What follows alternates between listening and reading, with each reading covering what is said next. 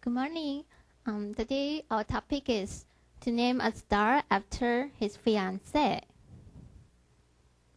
And the course objectives. This course is designed for the purpose to 1. Teach real-world English. 2. Students will listen to lively, natural language from various contexts, such as a dialogue in this class. And the course will also 3. Enlarge students' word size. 4. Improve students' listening comprehension. And 5. Train students to use proper listening skills, such as listening for main ideas and listening for more detail. And the setting. This intermediate class is for 20 students and in a college level. The time is 2 class periods. And the materials, it's Let's Talk. It's a book and computer, projector, transcript, worksheet, MP3, and also website. The procedure. First, pre-listening. Second, listen for main ideas. Third, listen for more detail. 4. Class activities. And finally, 5. Evaluation. Pre-listening, it's individual practice in this part. Teacher would ask students to think about 1. Do you know the names of any stars or constellations? Constellations means stars in a group in a particular pattern on the sky.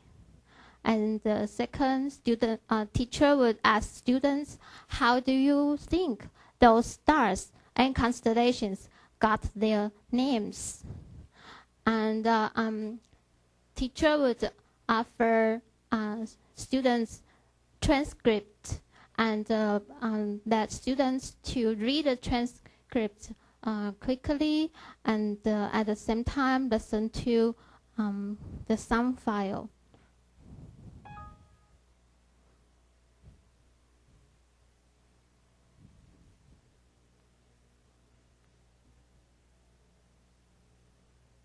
Good morning, listeners, and welcome to Window on Tomorrow, the show that brings you the latest in lifestyle trends and fads.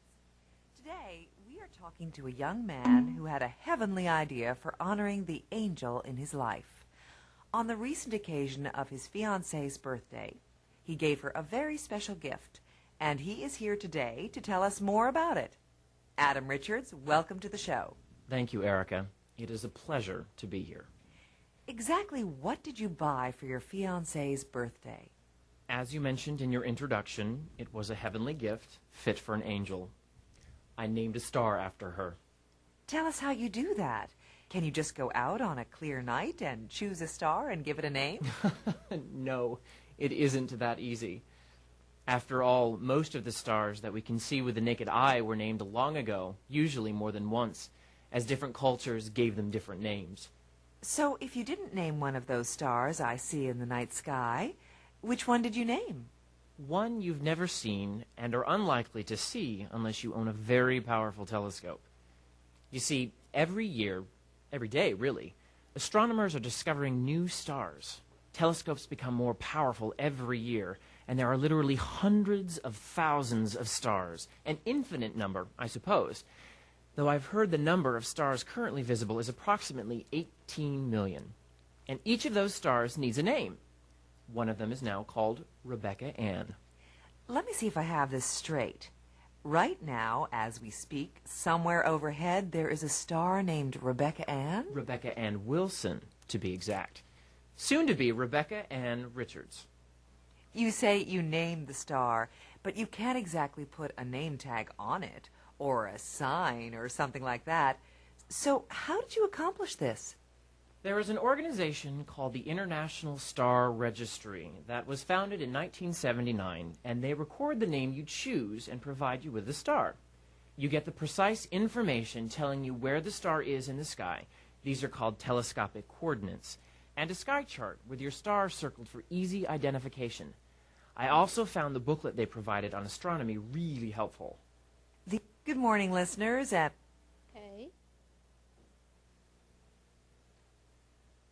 Okay, after students listen to the MP3, then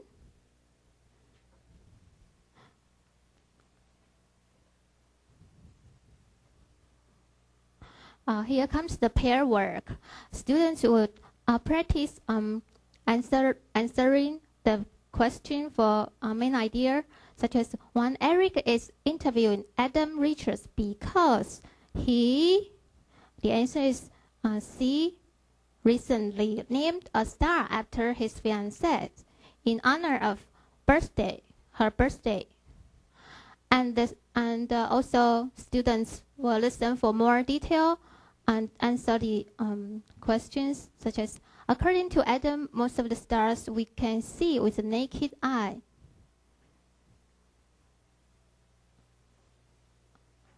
A have already been named, and the questions for more detail, there are more questions here, but we will pass it.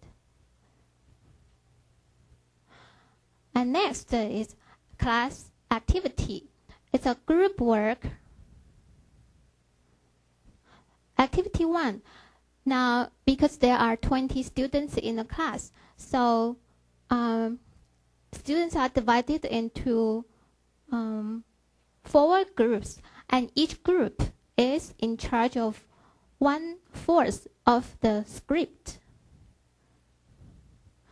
Then they have to check up 5 vocabulary words in 5 sentences. And each group, the 5 students together, later they will come to the front of the class and report their finding of the vocabulary item and their sentence.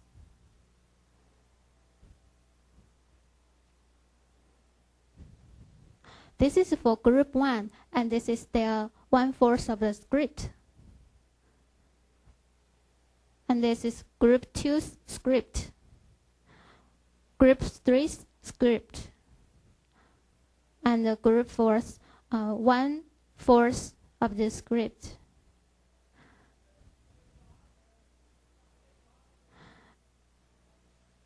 Their activity has it's something like that. They have to find 1 vocabulary for example, fiancé. Then they have to make a sentence, put this vocabulary in a sentence. He met his fiancé's parents on the best restaurant in town. Then this is an entry, and every group, there are 5 students in a group. So later they finish the activity, then they will come to the class and to report to the whole class the finding. And before next class time, that means they have 1 week. They have to post them in blog. And activity 2, this is also group work. Each group needs to select 2 sentences from their script containing vocabulary mentioned before. Let the first group students create their own sentence, but this activity they choose the sentence from the text